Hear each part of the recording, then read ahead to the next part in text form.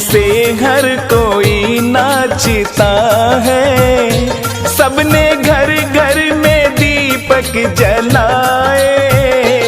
काट बनवास 14 बरस का, आज राम अयोध्या में आए। खुशियों से हर कोई नाचता है, सबने घर घर में दीपक जलाए। काट बनवास 14 बरस का, आज राम अयोध्या में आए। खुशियों से हर कोई नाचता है।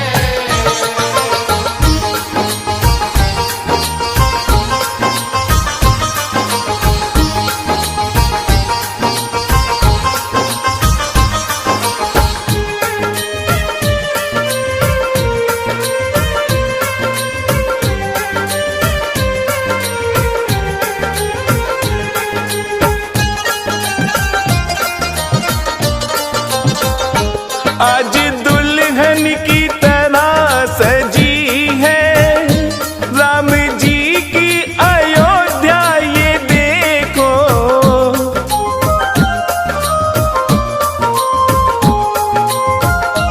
आज दुल्हन की तरह सजी है राम जी की अयोध्या, ये देखो।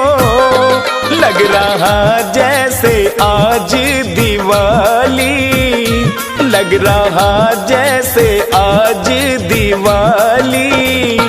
दीप चारों तरफ जगमगाए।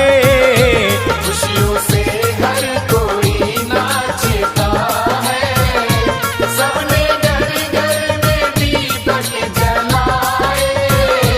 काट बनवास 14 बरस का, आज राम अयोध्या में आए। खुशियों से हर कोई नाचता है।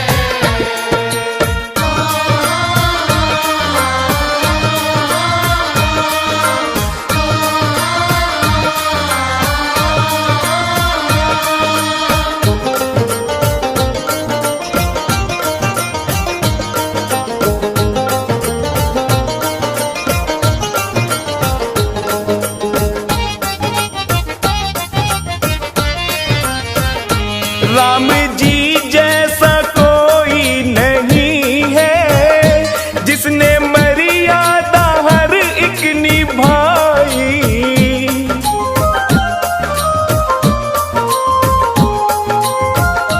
राम जी जैसा कोई नहीं है, जिसने मर्यादा हर एक निभाई।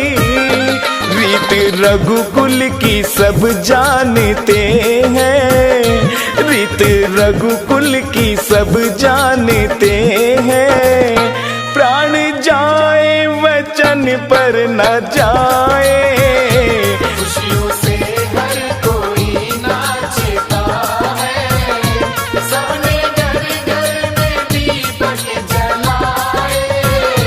काट बनवास 14 बरस का, आज राम अयोध्या में आए। खुशियों से हर कोई नाचता है।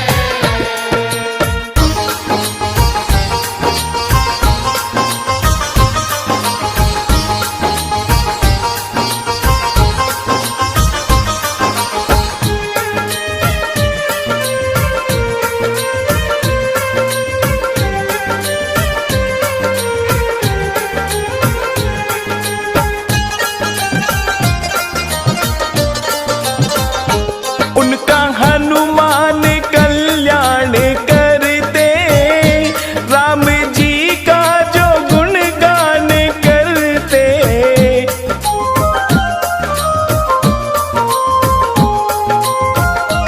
उनका हनुमान कल्याण करते, राम जी का जो गुणगान करते। शर्मा केशव हुए धन्य दोनों, शर्मा केशव हुए धन्य दोनों,